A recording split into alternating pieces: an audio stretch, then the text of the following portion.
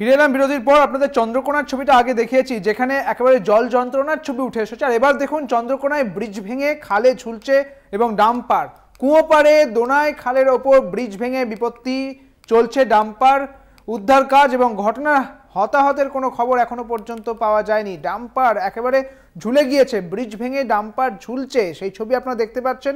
আরো বিস্তারিত জানবো, আমাদের সঙ্গে রয়েছেন আমাদের প্রতিনিধি মধুসূদন ভট্টাচার্য। মধুসূদন, ঠিক কি ঘটনা ঘটেছে?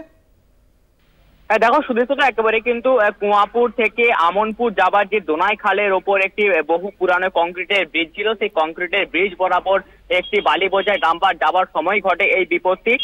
দোনাই খালের ওপর ওই বহু পুরানো কংক্রিটের ব্রিজ ভেঙে পড়ে, আর সেখানে পেছনের যে অংশ ডাম্পারের সেটি কিন্তু বিপজ্জনক অবস্থায় ঝুলতে থাকে।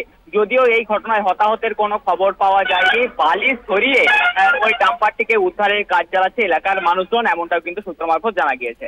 বেশ, অনেক ধন্যবাদ মধুসূদন তোমাকে। আমাদের সঙ্গে ছিলেন আমাদের প্রতিনিধি মধুসূদন ভট্টাচার্য।